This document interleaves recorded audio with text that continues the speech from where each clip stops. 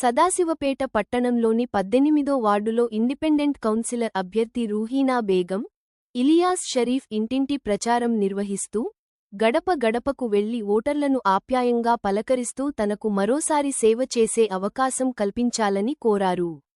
తమ అమూల్యమైన ఓటును కప్పు సాసర్ గుర్తుపై ఓటు వేసి భారీ మెజార్టీతో గెలిపించాలని కోరారు.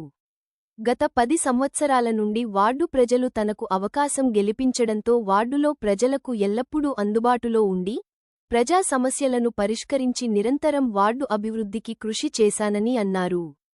కుల మతాల అతీతంగా వార్డు ప్రజల మంచి చెడులో ఒక కుటుంబ సభ్యుడిగా సహాయం అందించానని అన్నారు. వార్డులో మౌలిక వసతుల కల్పనకు ఎంతగానో కృషి చేశానని అన్నారు. మరోసారి అవకాశం ఇచ్చి గెలిపిస్తే వార్డును మరింత అభివృద్ధి చేస్తానని తెలిపారు. కార్యక్రమంలో నాయకులు, కార్యకర్తలు పాల్గొన్నారు.